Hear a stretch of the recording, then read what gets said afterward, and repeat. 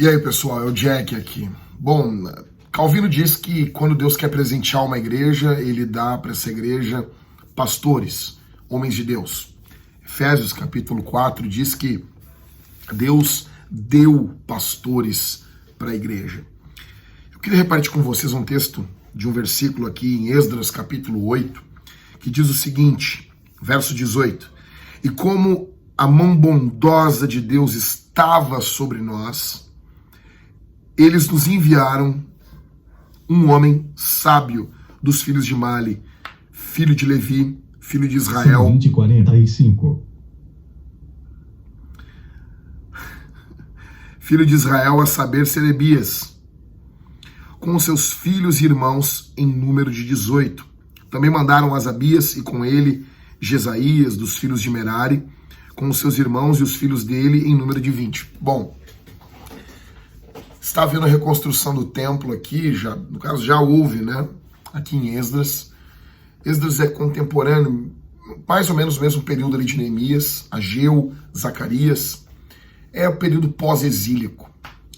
E Esdras nos diz aqui no capítulo 8 que como a mão bondosa de Deus estava sobre nós. Ele notou esse sinal da mão bondosa de Deus pelo envio de homens sábios. Um homem sábio e mais um time. Deixa eu dizer uma coisa, cara. Quando Deus quer abençoar uma igreja, ele dá para essa igreja também homens de Deus, homens sábios. Nós vivemos uma época, um período onde a liderança masculina tem sido desprezada dentro das igrejas. Nós vivemos um período onde, se você disser na internet, sim, é antibíblico termos pastoras, você é achincalhado. Ainda que você fale com todo respeito, com toda educação, que você queira debater isso ou conversar com quem quiser conversar com você, você fale de forma tranquila, de forma respeitosa. Você discorde da pessoa de forma respeitosa. Uma vez eu fui prestar um livro para um irmão e quando ele descobriu que o escritor do livro era contra o pastorado feminino, ele disse, não vou ler. E eu tenho notado na maioria das pessoas mais bélicas, mais beligerantes, mais brigonas, muitas vezes não são os conservadores na teologia e nem nos costumes, às vezes.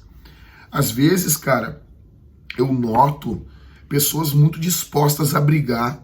Por exemplo, o Wayne Grudem é extremamente contra o pastorado feminino. Só que, ele trata isso de forma muito educada, muito respeitosa. Ele não fica avacalhando as mulheres que acreditam que são pastoras. Na sua sistemática, ele chega a dizer que essas mulheres são mulheres de Deus, possuem um ímpeto muito grande em trabalhar, mas interpretaram muito errado o seu chamado. Eu vou começar uma série aqui, dentro desses vídeos, falando sobre isso, falando sobre a necessidade da exclusividade da liderança de homens na igreja. Eu acredito piamente que um avivamento, uma reforma, ela passa pela liderança masculina. Quando Deus quer fazer algo, Deus dá homens para a igreja.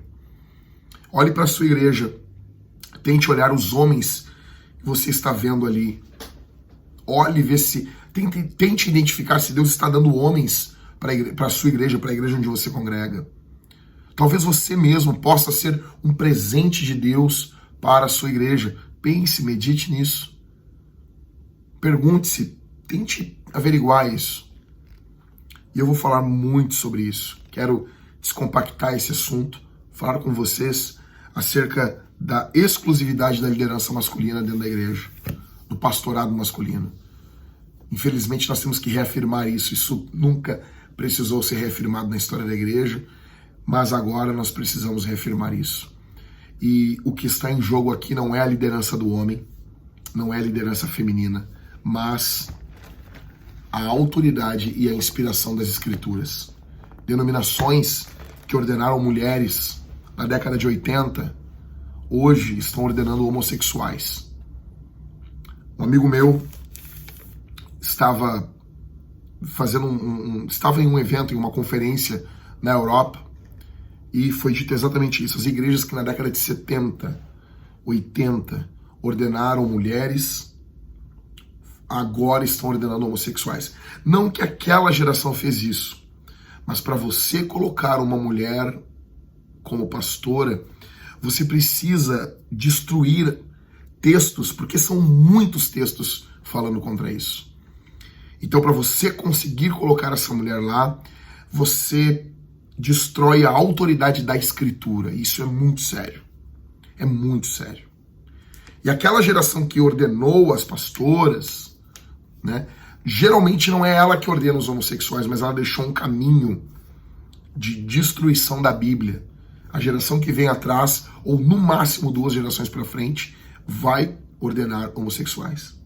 Ele contou, esse meu amigo, ele é pastor no Rio de Janeiro, ele me contou que uma das igrejas tinha a foto de 2 bispas da igreja luterana, 2 lésbicas no púlpito. Então, pode parecer duro o que eu estou falando, duro para os dias de hoje, mas isso é bíblico. Minha intenção aqui não é desencorajar as mulheres. Não é. Mas é encorajar as mulheres naquilo que a Bíblia as encoraja. E não ser moldado pela cultura. A Bíblia coloca em alta estima o trabalho da mulher como mãe. A Bíblia deixa muito claro em 1 Timóteo capítulo 2. Está muito claro lá. É um dom que Deus deu à mulher. A nossa cultura joga isso, né? Deixa isso de uma forma pequena. O cuidado do lar, a Bíblia exalta a mulher fazendo isso. Né?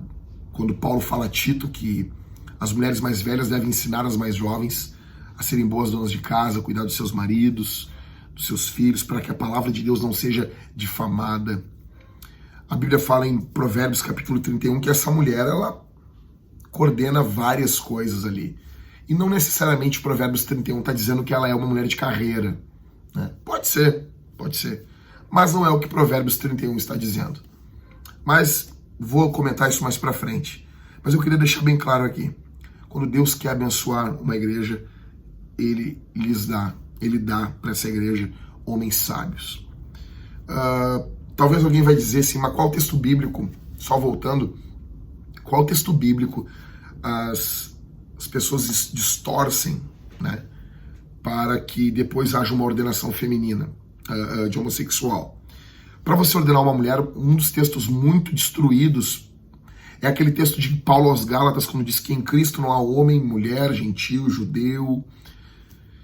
E daí eles usam esse texto para ordenação. Quando você faz isso, você está abrindo um caminho de destruição. Porque o que Paulo está tratando ali é sobre salvação. Para salvação não há mais judeu, grego, mulher, homem. Isso é salvação. Mas continuam existindo judeus, gregos, mulheres, homens, continuam existindo. Então, quando você, na ânsia de ordenar a mulher, você usa esse texto, que não há mais homem nem mulher, amanhã depois, quando os homossexuais forem se casar, você já destruiu a interpretação desse texto. E daí você vai dizer, não, mas eu jamais ia querer a ordenação de homossexuais. Você não, mas a próxima geração sim. Porque você destruiu a autoridade da Escritura. Para a próxima geração, a Escritura não tem autoridade. Porque quando você lê a Escritura com seus filhos, vai passar por inúmeros textos onde a mulher é dito, Paulo diz que a mulher não pode liderar a igreja. A mulher não deveria falar. E Paulo vai explicar o porquê em 1 Timóteo 2. Porque Adão não foi enganado, Eva foi. Alguém vai dizer, não, a razão de Paulo falar isso aí é uma razão cultural. Não. Paulo dá a razão no texto. Paulo dá a razão. Ele dá a interpretação. Ele comenta o porquê que ele está dizendo isso. E alguém vai dizer, não, mas isso é há 2000 anos atrás. Mas Paulo, no momento onde Paulo está vinculando isso a muito mais tempo de distância. Paulo está ligando ao período da criação. E provavelmente o período da criação está mais de 2000 anos distante do evento de Paulo. Ou seja, Paulo está dando um motivo para aquela igreja, para a mulher não liderar, não exercer função de presbítero, dentre as quais pregar em um culto também. Ele está dizendo que não é para fazer isso aí, não é para a mulher ensinar a igreja.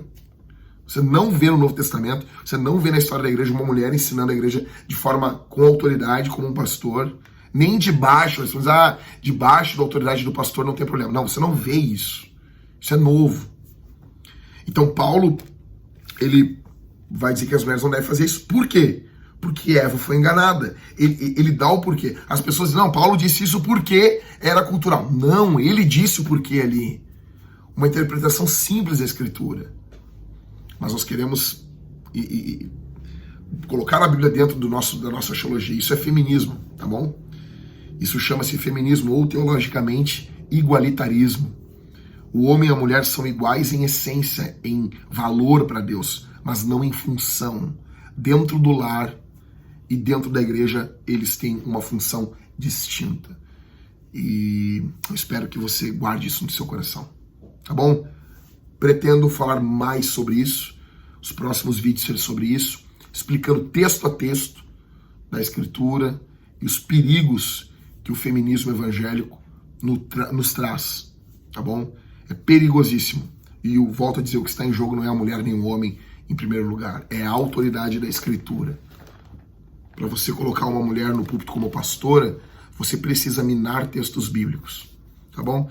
E eu pretendo responder a tudo que forem me mandando aí, tá bom? Vai acompanhando essa série, que eu pretendo começar a partir de terça, e eu creio que vai ser uma benção. Fique com Jesus, falou, valeu.